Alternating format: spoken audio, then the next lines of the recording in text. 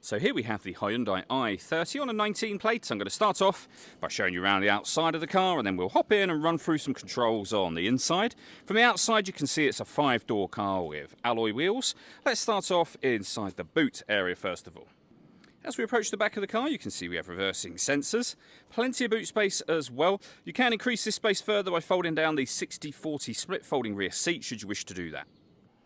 Okay, so we're just going to work our way back around to the front of the car, and then we'll hop in and run through some controls on the inside of it from there.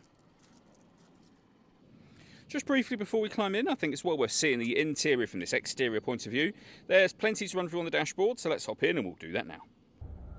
Okay, now that we're inside the car, we're going to start with the dials. Over on the left-hand side, we have the rev counter and coolant temperature gauge. On the right-hand side, the speedometer and fuel gauge. In the middle, you can see the total miles for the car. They are 51,381. Above that, we have a digital readout for the speedometer. You can change that information for various bits of trip computer or fuel economy info. There are other menus available to you as well.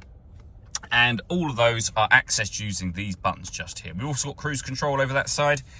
Stereo and phone controls on the left hand side. You won't be able to use the phone controls until you pair the phone up to the car, and that is done over in the center. Hit the phone icon and then from there you would add a device. We're going to close that for now, of course. When it comes to music, we've got the radio, DAB, FM and AM radio available to us. If you want to listen to your own music, you'd hit this media tab just here. It's grayed out because nothing is connected. You can connect up an auxiliary device, a USB device. You can also stream your music wirelessly via Bluetooth audio once you paired your phone. And as you can see, depending on the phone you have, we have Android Auto and Apple CarPlay available as well. To top it all off, we have a full color reversing camera. And you can see there it's got guidelines that show you what direction the car is headed in relation to the image shown on the screen as well. Working our way down from that, we have deadlock, so you can lock and unlock the car doors from the outside. We then have the air conditioning. You can adjust the temperature, fan speed, and the direction the air is being distributed in. The air conditioning is on at the moment, so that's off. Back on again. You can recirculate the air that's in the car. That's a great way of heating it up or cooling it down quickly, depending on the temperature you've set over here. We have a heated rear screen here, and you can divert the car's air conditioning to the front screen from there, should you wish to do that.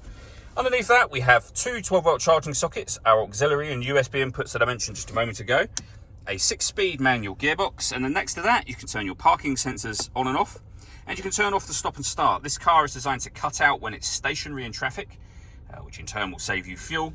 That system is off when that light shows, so it's back on again now. All that leaves me to say is thank you for taking the time to watch this video. If you'd like to come and see the car in person and have a test drive, please feel free to give us a call here at Surrey Specialist Cars. We'd love to hear from you soon.